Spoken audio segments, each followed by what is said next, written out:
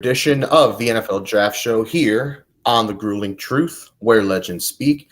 I'm Dan Kornhauser, and my co-host, as always, is our resident NFL draft expert and scout, Mr. Sam Teets. Sam, happy Thirsty Thursday. Happy Thursday, Dan. How are you doing?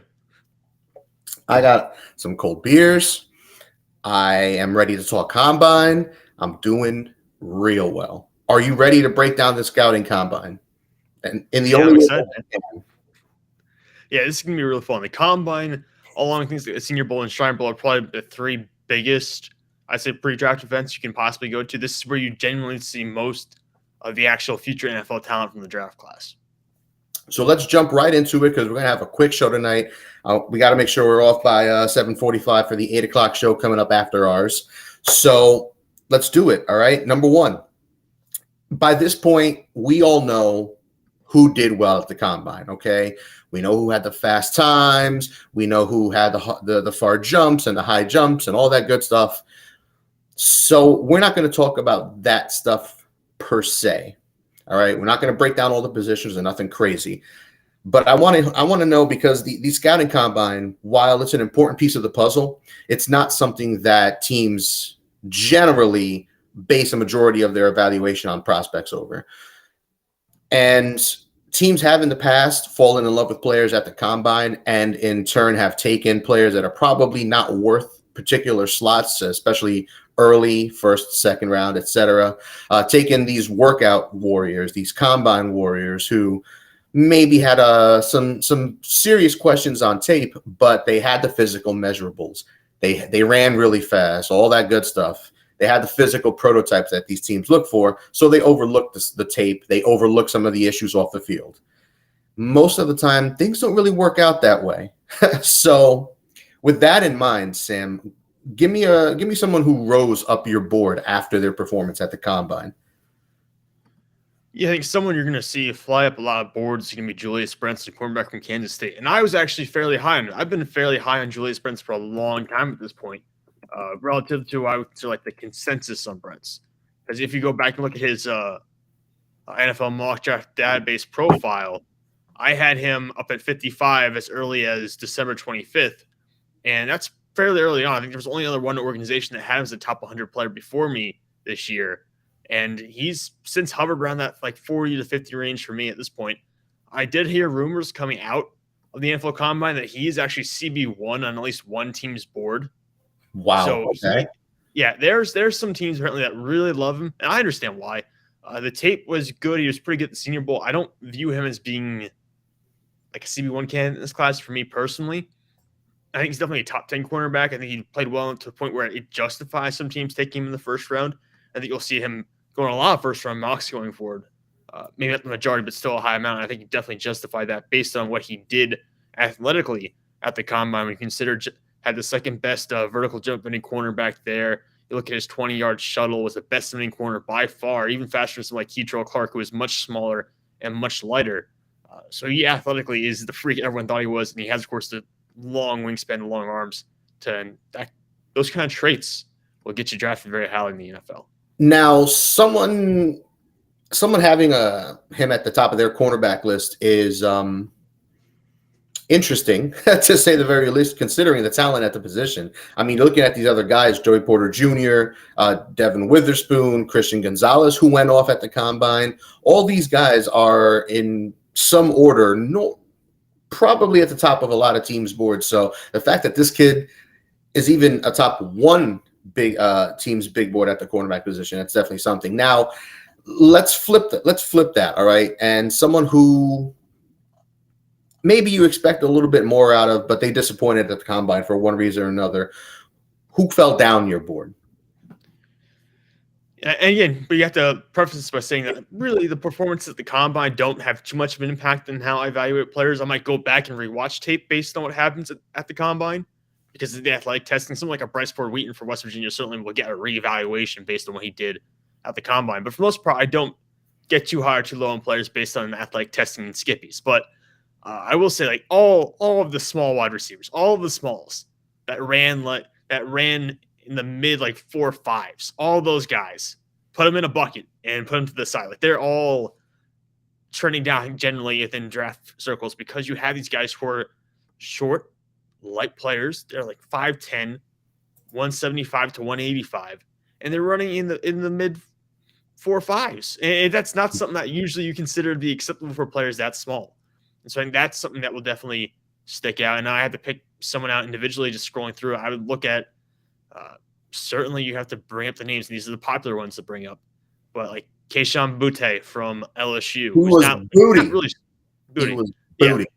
Boutte. Kayshon Boutte from LSU. Jordan Addison from USC. Even someone like Nathaniel Dell. Like these guys, all three in a row. Actually, if they're four of them in a row. Josh Downs, 4.48. Jordan Addison, 4.49. Tank Dell, 4.49. Kayshon Boutte, 4.5 flat. It's just like these are all short guys. And to be honest, you watch Boutte on tape, I expected Boutte to run much faster. I thought Downs would run a little faster. I didn't think Addison or Dell would run that fast. I know there's some people thinking Dell would have run much faster. I didn't see that on tape personally. So I think you look at that group and you say, well, how athletically freakish are they really compared to what we thought they were on tape? Now, on the flip side, while you mentioned not really lowering guys on your big board off the combine, there are some guys that you look for that you want to see if whatever you saw on tape matches up physically with the measurables, with their short shuttle, with their 3-cone, with their 40, so on and so forth. You want to see, do they have that explosion that they show on tape? And one of the guys that stood out to that end, which, I mean, maybe I'm a little surprised, but maybe not at the same time, was JSN, Jackson Smith-Njigba. Yes. Yeah. He came into the combine as one of the top receivers in this class. We've heard that more than one team considers him the top receiver in this class, at least coming into the combine. And the questions were, he played a lot in the slot in college. He played a little bit on the outside, but he played most of his time in the slot. And teams, there was a wonder if he's going to be stuck, pigeonholed, if you will, to the slot. And after the combine, even if he is, I don't think that's a bad thing. No, I don't think so. He absolutely showed out in the agility drills. He showed out in the position drills. His footwork is immaculate. His suddenness is explosive out of his break. I mean, that's what you're looking for out of the slot. It sounds like a prototype slot receiver. He's got good enough size. He measured in at, where is he? Here we go. At 6'1", 196 pounds. Not bad. Not bad at all. Or where? So not bad for this class, certainly. We just got done talking about a bunch of guys who are in the 180s and 170s. Yeah. So I think he made himself some money. I think he solidifies a first-round slot. I might even have solidified a first-round grade for me on his end, because I had some questions coming in and I wanted to see it, and I saw it, and something like that stood out. But before we move on, I want to remind you guys to head on over to betting.net. Betting.net is your best bet for sportsbooks and casino sites. Head on over to betting.net. So I think we're doing pretty well. We're about 8 minutes in now. Like I mentioned at the beginning of the show, we're going to 7:45 because there's a show coming up right after ours at 8. And we were just talking about some receivers that stood out, some receivers that disappointed for one reason or another. And I'm trying to look up the actual pronunciation for this kid, because it's which one? Wait, hold on. So it's actually pronounced Boutte. Wait a minute. Hold on. Yeah, it's Boutte. It's Boutte. I was just saying Boutte because he was what at the combine. You're right. I said Boutte. I don't know why I did. I knew it's Boutte. That's the actual way to pronounce it. That is. I'm looking at it right now. It says an article on The Athletic, and it says Boutte's last name pronounced Boo-Tee. Yep. So right. Yeah, right. I mean, I normally it is. Oh my God. You know what? I'm just going to accept it at this point.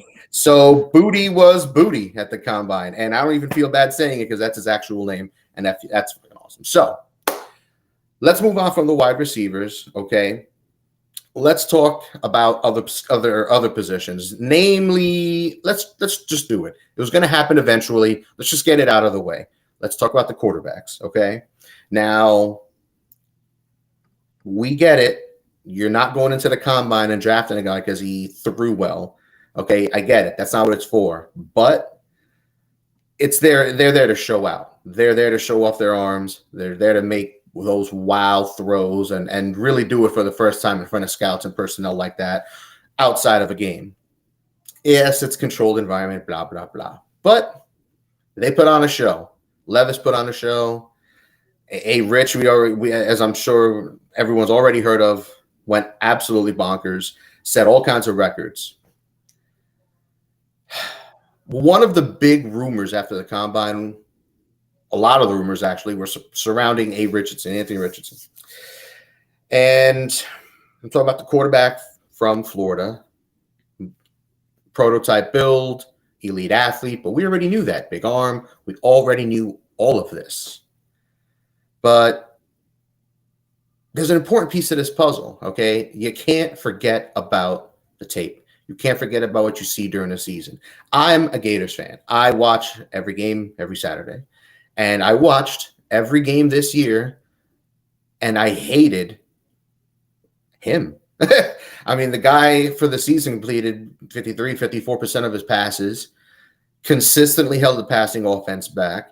And yeah, Florida didn't have the kind of weapons that they're used to at receiver and getting used to a new system or whatever. But let's be honest, it's not like Billy Napier's system isn't good for quarterbacks. His quarterbacks have had success elsewhere. So I don't know if it's not the system, it's not the coaching, because it's succeeded elsewhere. But he's so damn inaccurate, and people kind of like just forgot about these issues: the inaccuracy, the poor decision making, the lack of processing in key spots. There's times where he processes quickly, gets the ball out on time, does it like he should, and he looks like a pro quarterback. But there's 5 other passes that are thrown too high or thrown out of bounds or just sloppy mechanics, and he needs a lot of work. And now suddenly this guy goes from late first, mid first, or whatever, going into the draft into the combine, to now he's a potential first overall pick. Sam, I'm gonna make it make sense for you. He was going to be a top 10 pick in January. Like, he was already a top 10 pick in the minds of the NFL. It was never going to be a late first round pick, never going to be a mid first round pick. He was always going to be a top 10 guy. Now, that being said, I still have a second round grade on him. And to be fair, I think he was far better passing the ball at the combine than Will Levis. I think Will Levis stunk to high heavens at the combine when it came to passing. You saw he was really pressing himself early on. He was trying so hard, because he came out and talked about how much he had a cannon for arm. He was trying so hard to put touch on the ball that he was missing. Will Levis was whiffing against air because he was trying too hard especially on the intermediate short passes, to be more accurate than he has been in the past and put more touch on the ball than he has in the past. And he was missing because of that. So I have, for all full disclosure, I have second round grades on Will Levis and Anthony Richardson. And I'm not going to get beyond that, I don't think, with either of those players. I've got first round grades on CJ Stroud and Bryce Young. Bryce Young, of course, didn't throw at the combine. Stroud had the best performance as a passer of anyone at the combine by far. It wasn't even close. So I think when it comes to Richardson, people still buy into the potential quite a bit. I think the NFL has always been here to some extent with Richardson, but we do know players get bumped up by their combine performance. We know this because look at Byron Jones way back in the day. It's the world record for broad jump, and immediately he gets bumped into, I think, the first round of the draft that year, and Dallas takes him. Richardson is one of the most special athletes we've seen maybe ever to come out into the football world. Now, I think part of the reason why he might still get drafted highly and why he might even play sooner than we expect him to is because they're reevaluating the position of quarterback. The thought process now is the running ability is no longer considered like the cherry on top.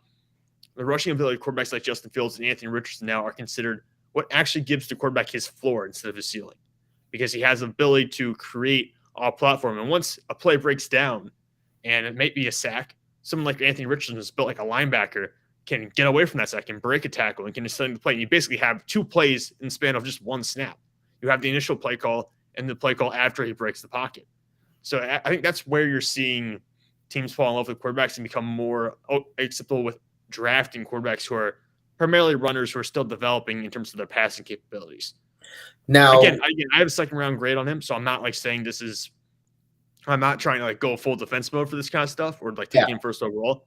I will say it's been a little disturbing to see how quickly people have gone from saying, oh, yeah, he'll sit for 1 year, but the team he gets drafted to, all of a sudden, in the span of 2 weeks, going from he'll sit for 1 year to, well, maybe he'll be ready to play by the end of his rookie year to, oh, yeah, he's starting week 1. It's happened very quickly, and that's primarily from the media side of things, and that part I can't get behind. Well, that's why I brought it up, because it's gotten crazy since the combine ended, and it's only going to get worse. And one of the things that I have to remind myself of every year is to remember what was being said in December and January.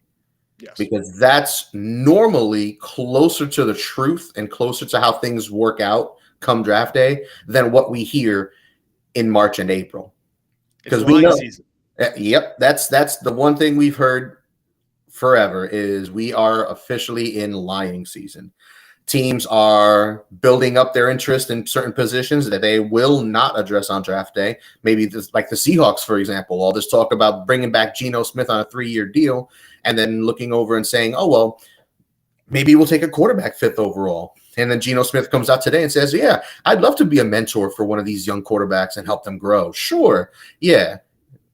Maybe they're doing their due diligence on that front to maybe muster up some interest in the 5th overall pick, knowing that behind them there's still 5 or 6 teams that will need quarterbacks. So unless, somebody trades up ahead of them and all these guys go 1, 2, 3, 4. But assuming that doesn't happen and 4 quarterbacks don't go in the top 4, a team like Seattle is sitting pretty at 5th overall. And them drumming up interest in these quarterbacks is, maybe they are interested, but it is lying season. Now, sticking with the quarterback position, from the guy who has the prototype measurables to the guy who doesn't but is the better quarterback and the better prospect, let's flip it over to Bryce Young, because that was a hot topic coming into this. Is he going to be the shortest quarterback of all time? Is he going to be 170 pounds soaking wet? How bad is it going to be? Well, it didn't turn out that bad at the end. He didn't do any testing. He didn't throw, but he did meet with teams, and he did get measured height, weight, all that good stuff, the hand, the arm length. He got all that stuff done. And it ain't perfect. It ain't pretty, but it is doable if you're looking at taking him 1st overall. And he measured in at 5'10", 204 pounds with a hand size of just under 10. A+, as far as I'm concerned, for what we could have gotten, which was 8.5, 5'9", 175 pounds, 180 pounds. It could have been real ugly. He's got the same weight that same height and weight as Kyler Murray coming out of college, and he's the better quarterback. He's more accurate than Kyler coming out of college. He's got more wins. He's got a Heisman. He's got everything you look for. He's a magician in the pocket. He's a leader. They loved him at Alabama. There was never any questions about his work ethic or any off the field issues. This kid, if he were 6'1", 215 pounds, he's the number 1 prospect in this class, no doubt. But the size is a question. And even still at 5'10", 204 or whatever it was, it's still not great. So with that being said, how do you feel about Bryce now? Are you more comfortable with him taking him up at the top like I am? Or do you still have your reservations against it?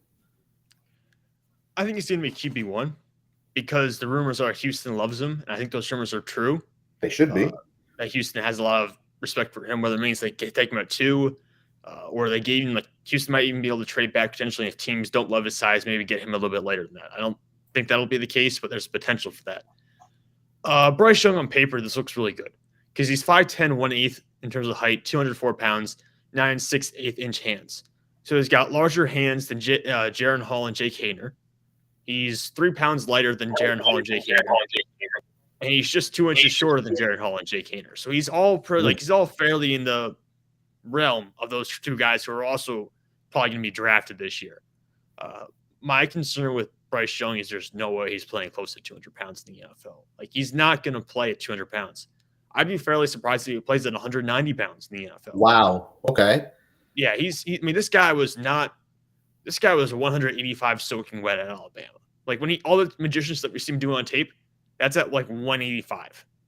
So this is legitimately 20 pounds heavier. And I heard like he was for the past couple of weeks, like eating to gain weight, not to gain like mobility or anything like that. He's eating to gain weight. The reason he doesn't test that all at the combine is because he's playing or he's weighing 10 to 15 pounds heavier than he would be normally. Like he's not testing, he's not running, he's not doing anything like that because he's not at a comfortable weight. He's going to lose a lot of weight. He's going to go down to a much smaller weight, and then he's going to go to the his pro day and do all the testing there when he's at a much more comfortable weight. He's not a much more natural weight for himself. So that's the reason why this is all going about. People in the NFL world, for some reason, wanted to see that he could gain weight. And I understand why. Like, he wanted to see that he's able to physically gain weight. And he proved he could. So that's checking a box. But in reality, how much does it matter? Because he's not going to be at 204 pounds when he reaches the NFL. He's not going to be at 204 pounds by the end of this week. He's going to be below 200 by then. So really, it's a bit of a farce because he has to do this to check a box for NFL teams. But in reality, in the long run, does it really matter? No, because he's not going to play at that weight. He's still going to be, from a build perspective, the smallest quarterback taking the first round in NFL history, or at least modern NFL history, because he's going to be much skinnier than he was at the combine. He's not going to be over 200 pounds. Yeah, that's basically my argument. I mean, I still think he's the best quarterback in the draft. Yeah. I would still take him wherever you want to take him in the top 10. I would take him there. I'm comfortable with that because he is what he does at the end. What he's done in college is special in terms of the escapability, the accuracy. Even with him, the ability to hit passes someone over the middle of the field despite his size, which is usually the big issue, is that you can't see over the middle of the field when you're that size. He's done fairly well with that and actually thrown with anticipation in college. So there's a chance he's an outlier. I hate drafting historical outliers, so I would not, with me personally, probably not taking Bryce Young. I'm comfortable with any NFL team doing it because it's not my job on the line. But yeah, the whole Bryce Young over 200 pounds thing, it's not going to be what he plays at. So before we move on and continue breaking down the scouting combine, I want to let you guys know that your top sportsbook comparison site is betting.net. Betting.net offers extensive reviews on the best sportsbooks out there. So head on over to betting.net. Now, we're just knuckles deep in quarterbacks right now, and we're going to stay there for a little bit longer because I feel real comfortable in there, and it's nice and warm. And I want to talk about the other top 5, top 10 quarterback, and arguably the one who had the best weekend. And I want to talk about CJ Stroud. We want to talk about guys showing out. He may not be the biggest. He may not be the fastest. He may not have the wild arm like Richardson or previous combine studs. But damn, the kid can throw. He looks fluid. He looks natural. His accuracy is on point. His touch was on point. And this is a guy throwing to guys he's never thrown to before. This isn't like at their pro day where he knows these receivers. He knows where they like the ball. He knows their tendencies.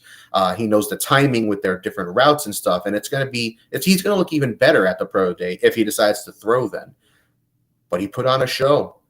And if Richardson's one of the names that are popping up for the first overall pick, second overall pick, after the combine, Stroud is right up there with him. I've seen more than one mock draft since the combine ended that have Stroud as the number 1 pick, with a team like the Colts trading up for him or the Panthers trading up for him to get him 3rd overall or something like that. So there's already mocks calling it out. Are you in the same boat with Stroud at this point? I think I would agree with some people who have said he's the safest quarterback in this class. Like, he has the best baseline. If you're looking for just a guy who will have the best average performance over the course of every season of his NFL career, I think that's probably Stroud. Because Will Levis could be – Will Levis and Anthony Richardson. Anthony Richardson might not play this year. Will Levis and Anthony Richardson both have a chance to bust very early in their careers and not work out. Bryce Young, again, historical. He's going to be like a historical outlier by the time he sees the NFL field. So Stroud, in terms of this quarterback class, might be the safest pick. And in terms of, like you said, the fluidity, the footwork, the delivery, the accuracy, all of it was A+ from the combine. Now, again, I don't put too much emphasis in the combine stuff because, again, you're not in a realistic game scenario. But I do think you see a lot of that on tape, though. I do think Stroud, the question mark with him is the post-snap processing and post-snap ability to work your way through the defense. Again, he's coming from an Ohio State system that doesn't ask a ton out of quarterbacks in that sense, and hasn't really fostered a lot of success early in their NFL careers of former Ohio State quarterbacks. So I think that's ultimately going to be the major hangup. And it's not that Ohio State can't produce good quarterbacks. It's not like helmet scouting. Yep. It's the system they're coming from, though. The system is not putting you in like a pro style spot where you're asked to do everything a quarterback will be asked to do in the NFL. So it is the nature of the system around him that's going to raise these question marks. I would take him top 10 personally. I think it's worth a shot at this point, especially compared to some, shots in the dark like Anthony Richardson, Will Levis, guys who will be much more up and down over the course of their careers. But I do think there are still some concerns lingering with CJ Stroud. Now, let's move on from the quarterbacks because, as expected, we spent a good amount of time on them, and why not? It's one of the biggest storylines of the draft season, but there's still a lot to talk about, all right? So we've talked quarterbacks, we've talked receivers. Let's talk about the top of the running backs list because one of the rumors coming out of the combine is that Bijan Robinson, who is almost unanimously or should be considered the RB1 in this class, might be dropping a little bit. Now, I don't know if that's dropping behind another running back. I don't know if that's dropping down teams' boards overall because they were more impressed by other guys at more premium positions. Are you buying that rumor or are you selling Bijan Robinson dropping either down boards or whatever the case is? I'm not buying it. I'm not buying it. Well, I don't think he's going to drop down boards in terms of you're just doing a ranking based purely on the overall ability of a player. He's one of the 3 blue chip guys in this class. It's him, Will Anderson, Jalen Carter. That's it. Those are the only elite prospects in this class. So I don't buy that he's necessarily dropping down boards in that sense, but maybe in terms of where you pick him, because let's be honest, it's been hard to mock where Bijan Robinson is going to go this year. Everyone's like, he'll go to Philadelphia, put him in that team. Philadelphia is losing like 7 or 8 free agents. Like, what are you doing? If you draft a running back near Howie Roseman with what you're losing on your defense this year, it's just unacceptable. So it's not going to be Philadelphia. Would it be Detroit? I don't know. Detroit really needs to buy a running back. They've got a really good offensive line. Why would you take a running back when you might need some receiver help? Defensive back is also an issue. Linebacker, you have other need positions of need. So in terms of when some people say dropping, it just means he might not be taken in Saquon Barkley range. He's the best running back prospect since Saquon Barkley. He's not going to go where Saquon Barkley went. I think the NFL is smarter enough to know now that dropping that running back isn't going to change your life. It's not going to be what takes you over the top. So I think Bijan's just dropping because the positional value is not there. And I say dropping.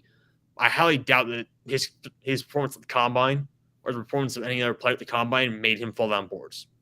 I don't think so. Okay. He was good at the combine. He checked the box he needed to check. Now, from a guy who might be dropping to a position that's getting a lot of love, I said I wasn't going to do this, but I don't know how I can skip over this. Zach Kuntz, Luke Musgrave, Darnell Washington, this whole tight end class. Michael Mayer was supposed to be the tight end 1 in this class, a potential first-round pick, someone a lot of guys are high on. We knew he wasn't that athletic. It didn't show up on tape, but he looked, kind of average when going through some of these drills compared to some of these other guys. And with that in mind, guys like Washington suddenly are being is being talked about as a first-round pick. Same thing with Luke Musgrave, Zach Kuntz from Old Dominion, uber athletic. A+ showing at the combine. Now, while we were talking about earlier how we don't want to put too much stock in the combine, how guys do individually in these workouts, in these drills, when you look at a prospect like Zach Kuntz from Old Dominion, does what he do at the combine really make you want to go back and look at his tape and say, what did I miss? Or with guys like him who show out at the combine, particularly with him, is it something you kind of expected from what you saw on tape? Like how does that work with guys like him? Because we knew about Washington, for example. We knew Washington, stud, Adonis, prototype size, length, elite athlete, just didn't get that much work in the passing game. It was kind of down on the depth chart at Georgia, but we knew it was there. A guy like Kuntz does something like this. How does that impact your board, if at all, with a guy like that?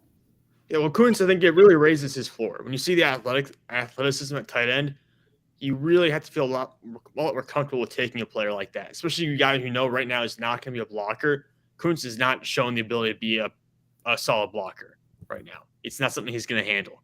And I know you're smiling and laughing, but yeah, he's a fairly one-dimensional player, but I still think you can get this guy in the 4th, 5th round potentially because you take tight ends who are athletes and you mold them and build them from there. That's just one of the positions you're comfortable working with doing that kind of stuff. And you look at what he did in 2021. He left Penn State, goes to Old Dominion, 73 receptions, 692 yards, and 5 touchdowns in 2021. Had very little production this past year, but that's because he was hurt. So he was actually very effective at Old Dominion in 2021. And I think that production, if you go back and look at that season to stand on that, you might be able to justify taking him in the middle of day 3, which is where I expect he'll go based on his performance at the Combine, maybe even a little bit higher than that. And that certainly helps put a spotlight on a player who's kind of flown under the radar this year because, again, he was hurt this past season. So people who are tuning in just looking at the guy on the 1-year kind of spectrum, focusing mainly on the guys you know who are going to be big names, you would miss this dude mostly. It's crazy thinking that he, Theo Johnson, Brenton Strange were all in the same tight end room at one point for Penn State. They have had some tremendous tight ends in the past couple of years. I will say that the Darnell Washington performance is almost a little bit more surprising than Zach Kuntz because why? Washington, if you look at tape, Washington's lumbering on tape, man. Like Washington is not this free-flowing, athletic, explosive guy on tape.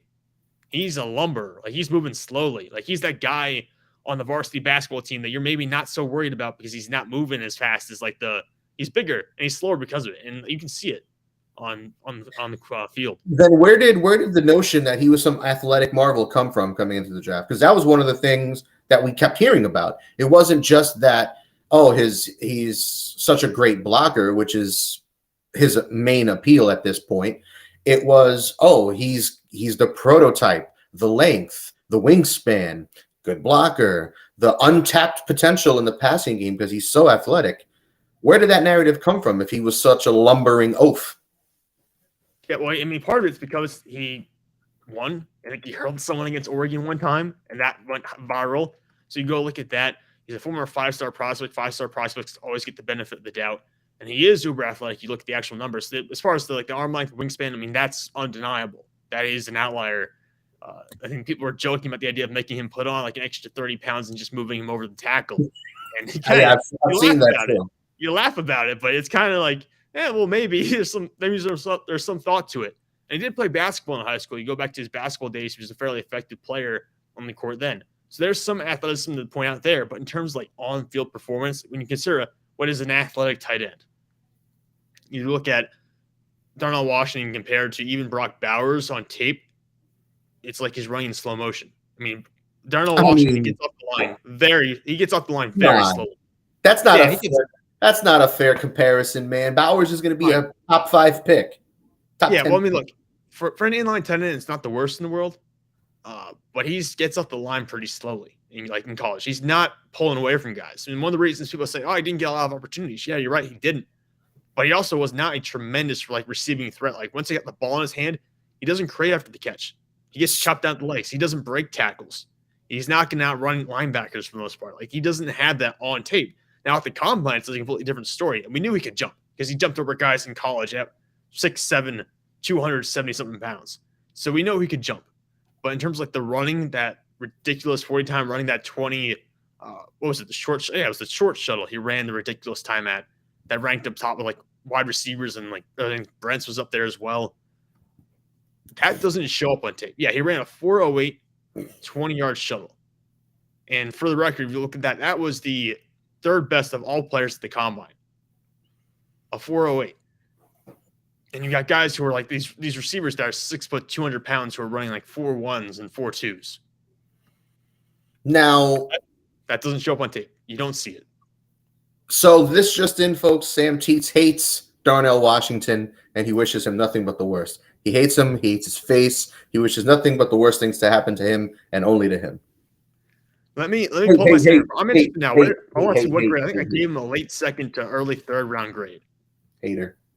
late second, early third round grade. That's the grade I gave him based on tape. And that was not like a midseason grade. That was like an end of season, the year's over grade. Haterade. H2O. Washington sucks. He really, really sucks, according to Sam.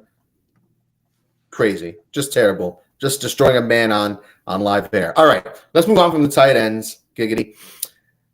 Let me show some love real quick to Darnell Wright, who solidified his spot at offensive tackle. Arguably the best right tackle in this class, a potential first-round pick out of Tennessee. I want to show some love to Luke Weipler, who went in, the center from Ohio State. Looked very good in drills, had a good workout, good weekend, solidifies his grade as one of the better interior offensive linemen. But now let's move on to the defense, because we haven't shown defense any love at all. And a lot of these guys went in, and it's newsworthy and it's worth talking about. But I don't want to just talk about Nolan Smith.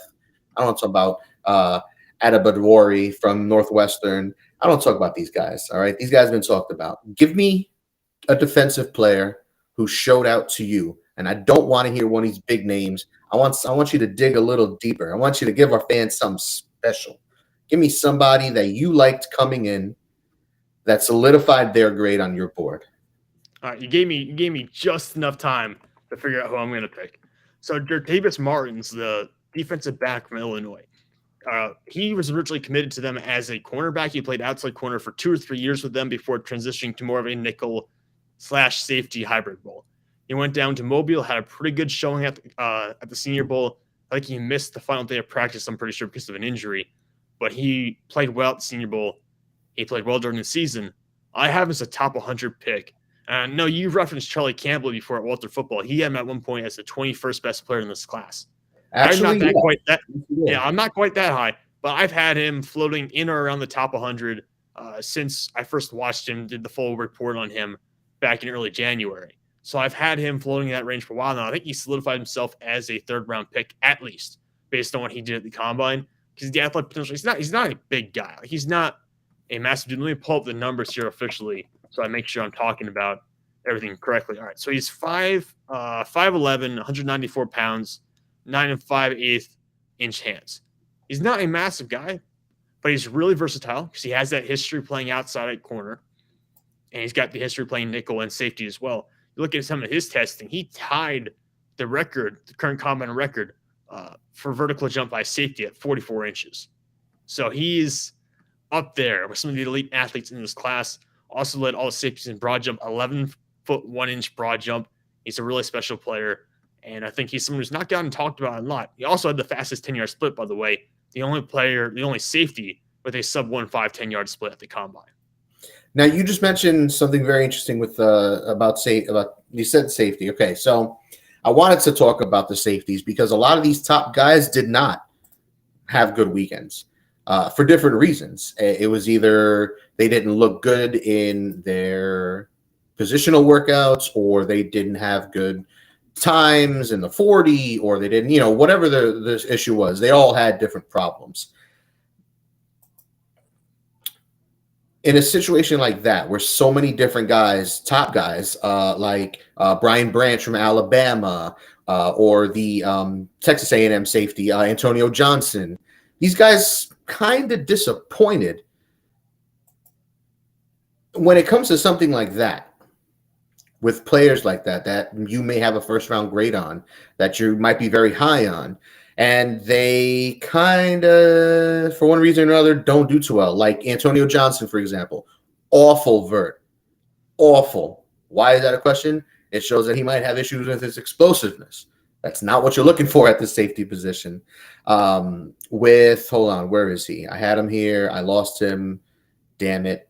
I lost him. It's gone. Which point? Well, I can point out that Brandon Joseph, 30.5 inch vert, Antonio Johnson, 31 inch vert, Christopher Smith, 33 inch vert, all fairly low. Jair Brown, I know some people like him from Penn State, 32.5 inch vert, all fairly low for defensive backs. Yeah. So when it comes to something like that, how does that impact how you view some of these guys? Does it make you go back and look at the tape and say, maybe I was a little too high on him? Or do you kind of just not a big deal moving along? I do kind of slap myself in the head a little bit in some of these cases because I think Christopher Smith, a guy who people have been talking about, like some people used to mock this guy in the first round consistently. 4'6", 240. He's a pretty instinctive player. He was never a very good athlete. And if you thought he was going to be a very good, like tested for like a really good athlete, you really haven't watched his tape. Like he's not a tremendous athlete. Brandon Joseph, who's the transfer from Northwestern, who went to Notre Dame, was never a tremendous athlete. Like Jordan Battle, who I don't think was there testing, but Battle has never been tremendous in that range either. Neither has Antonio Johnson, frankly. So I wasn't too shocked that guys like Brandon Joseph, Christopher Smith, and Antonio Johnson didn't have good weekends. Some of the Florida safeties as well in that range. Yep. That doesn't shock me. Jared Brown, not surprising either. I watched him game like a 6th round grade. I know some people are really high on him. He's not a tremendous athlete either in terms of, like, I said tremendous athlete in terms of the range of football, like the range of football outcomes. I do think, though, this benefits two guys who have been moving with the board quite a bit recently in Sidney Brown from Illinois, Jartavius Martin, who I already talked about, Brandon Hill from Pittsburgh as well. Those are 3 safeties who have been viewed more as like 3rd round picks. The NFL is much higher on, I think, right now than the average media personality is. And Brandon Hill has a chance to be a 2nd round pick. Sidney Brown might be the third best safety in this class. Jartavius Martin will probably be at least a 3rd round pick at safety. So I think there's some reshuffling of the position there. So I don't think there was much separation between safety like 2 and safety 10 in this clears class. I really don't think there was much separation between those guys going into the pre-draft process. That was a theme that stood out to me throughout the scouting combine weekend. Was there is no clear-cut alpha in this class. There is no clear-cut QB1. There is no clear-cut number 1 prospect at the top of the class. And hell, some teams are even confused between if they like Wilson or Anderson as their number 1 edge rusher. And some teams might actually have somebody else as their number 1 edge rusher. So with a class with so much differing opinions on different prospects, with no consensus at some of the key positions, I was kind of hoping the combine would help separate some of those guys, would help put some of these players into certain tiers. Some guys would solidify their grades. Some guys would shit the bed and make me go back and maybe move them down a little bit because they're not quite what I thought they were. There wasn't really any of that. Like, there were some prospects who showed out, sure. There were some prospects who didn't do well, sure. But, like, coming out of the weekend, the biggest difference might be that Jalen Carter is no longer going to be a lock for the top 5 because of his arrest and his issues off the field. Like, we still have a lot of time between now and draft day, and a lot of information on that Jalen Carter front will come out. But for me, where I was hoping for all these players to separate themselves from the pack in different ways, the receivers, there nothing was solved there. I think Jason might be back to receiver 1. I think Jason's back to being wide receiver 1 after like a year off. Like, the safeties, nothing was solidified there. I mean, just disappointing, just disappointing on that front. And talking about Jalen Carter now, we talked about this going into the combine. We did our show last week, right before everything, all the workouts started and whatnot. We talked about it briefly, and we've got a couple of minutes left before we got to call it a show, but it's a good place to finish. Let's talk about the Jalen Carter situation, because now it sounds like there's been rumors that Jalen Carter is dropping down boards. Some teams apparently have already taken him off their board. Maybe that changes with new information, but as of now, apparently the rumors are that some teams don't even have him on their board. There's rumors that teams are dropping him down, that some teams don't even think he's going to go in the top 10 at this point, that there's no way he goes in the top 10. He has a Larry Tunzel type fall. So, I mean, are you buying the Jalen Carter thing? I know we talked about this before, and you said there's still a lot to figure out, but that stuff aside, with all these rumors swirling, are you buying any of these rumors that he's dropping like that? Or come draft day, is he just going to be a top 5 pick like we expect? Yeah, he's probably been pulled off a couple teams' boards. Some teams just don't draft these guys. Some teams will not draft you if you have a clear characteristic or a clear off-the-field issue that resulted in an arrest or something like that. There were teams that will just take you off the board, especially when it comes to picks, like a top 5 pick where the value is insanely high. Like the value difference between pick number 5 and pick number 15 is so significant. So if you're a team that has to pick like top 5, top 10, and Jalen Carter's there, and God, he's really good, but we have this serious off the field issue that we know has been a recurring theme for him. Mm-hmm. We're not entirely sure if we're comfortable with that. It's justifiable to take him off the board. So I expect there will be multiple teams that have already done that. As far as him actually dropping in the draft class, it only takes one team to really love a guy to take him. I think it'll be less likely a team trades up to get him than previously. I think a team will be willing to accept it if he falls to them, and they're like, yeah, this is by far the best player available. I think we can work with the character. We've talked to him in person. We feel comfortable with it. Then they'll take him. But I find it unlikely that a team will, if he starts falling, I find it unlikely a team will trade up for the sole purpose of drafting Jalen Carter, because that's a bit more of a PR situation. And if he, for some reason, doesn't end up working out because of some off-the-field issues, now it's a guy you traded up, gave away extra assets to get, and that becomes a bit more of a black eye in an organization. Listen, it wouldn't be the first time we saw an elite athlete or an elite prospect drop because of some other issues. We saw it with Warren Sapp. We saw it with Randy Moss. We saw it with Larry Tunsil with the smoking video before the draft. L. Collins fell completely out of the draft. So we've been there. We've done that. We've seen it before. It wouldn't shock anyone. But for me, hearing this Jalen Carter possibly dropping out of the top 10, I think that's a bit premature at this point, considering the lack of information that's out there. But all that being said, I'm sure we can talk about this for another hour, but we won't. Two things about the show. One, we're going to be doing a mock draft early next week before the start of free agency, where we ping pong our picks. I'll have to go back to see who had the first pick, so the other person who had the second pick will have the first pick this time. But we'll be doing that before the NFL free agency starts and the NFL new season starts. So we'll be doing that, so keep an eye out for that. And second, I wanted to introduce a new segment to the show, which I'm super excited about. And Sam, it will involve bringing our very own Mike Goodpaster, our fearless leader, bringing Mike Goodpaster onto the show and having a little segment that I affectionately call, So a Scout, a Coach, and a GM walk into a bar. And it's going to be the three of us talking about prospects with different perspectives, because Mike is a very successful at different levels, longtime head coach, years of experience beyond both of us that we can even imagine, access to all sorts of people and knowledge, but he is a coach. Sam, you are providing scouting reports for SI. You're doing amazing things in your career moving forward. You got big things coming. You scout extensively. You are our resident scout, and I will be playing the role of GM because, well, I love building my teams on Madden, and I just won my fantasy football championship, so I know a little bit about building a successful team. So we'll be playing those roles. We'll be breaking down these prospects and their places on our boards and whatnot in our different roles, and I'm very excited for that. That'll be some fun debates, I'm sure, moving forward. But Sam, why don't you give the people your tags and your ats and everything? What's your Twitter handle? Yeah, you can follow me on Twitter at Sam_Teets33. That's TEETS. And you see all my daily posts, my daily uploads. I usually upload at least 5 times a week.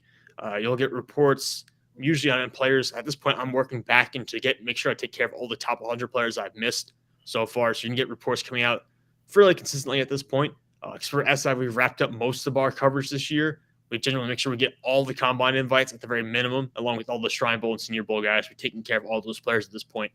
So that means I'm free to go back and jump in some top 100 guys who I might have missed so far and get their full reports written up. So you're going to see that in the coming days. And get Sam_Teets33 on Twitter.